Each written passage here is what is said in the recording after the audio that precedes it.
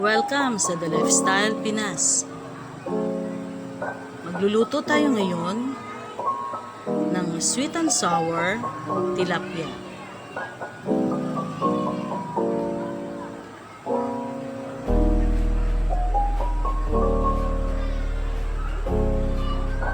Ang ating mga ingredients ay nasa description box. Una, i-rub natin ang tilapia sa kalamansi. Ipiga natin to para mawala ang kanyang lansa. Susunod natin ilagay ang paminta,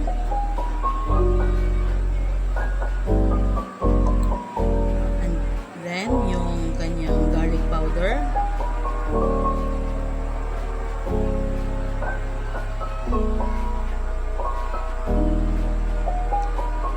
at yung kanyang salt. Pagkatapos natin mailagay, i-rub natin isa-isa ang bawat hiwa ng isda para makapenetrate ang lasa nito sa ilalim ng laman. Pagkatapos, lalagyan natin ang laman nito ng Worcestershire sauce. I-rub din natin ito isa-isa para lalong mabango ang ating sweet and sour tilapia bago natin iprito. Ngayon, magpainit na tayo ng mantika sa kawali at napirito natin ang ating tilapia. Pagkatapos nito, lagay natin ito sa isang pinggan. Magisa na tayo ng bawang, luya. Medyo madami-dami ang luya natin dito para mas lalong mabango. Medyo maanghang ang lasa ng luya, kaya mas masarap. Sunod natin yung kamatis. Mas maganda yung lutong-luto yung luya para makakain din natin to. Pe-press natin ang kamatis para lumabas yung kanyang katas. Then susunod natin ang sibuyas.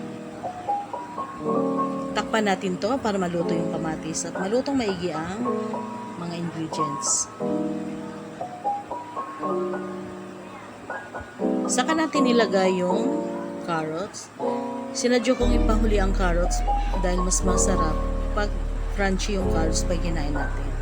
Lalagyan natin to ngayon ng vinegar. Pagkatapos ng vinegar, lalagyan natin ng patis.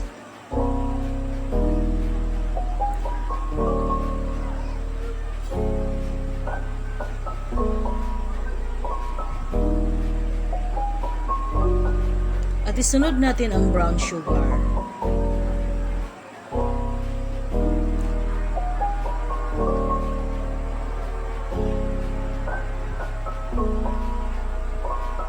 Pakuluin natin to.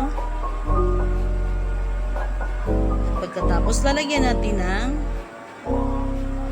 cornstarch na tinunaw natin sa tubig para lumapot ng konti ang ating sauce.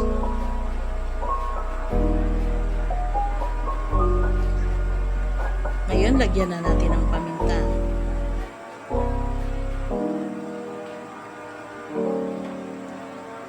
Paghaluin natin at antayin lang natin ma-reduce ang liquid niya at lumapot ng gusto.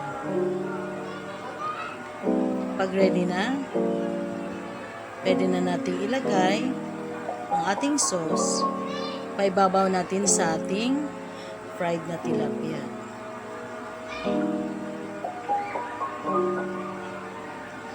Dandahan natin ilagay ang ating toppings.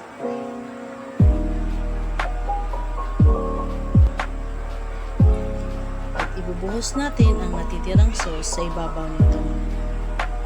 Please subscribe to my channel kung hindi pa kayo nakapag-subscribe. Comment, like and share para updated kayo sa iba pang videos na ating gagawin. Ito na ang ating sweet and sour tilapia.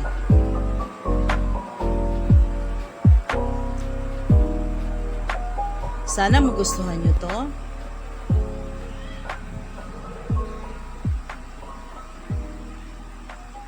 Thank you for watching. Please like also my Instagram account. Follow TLP.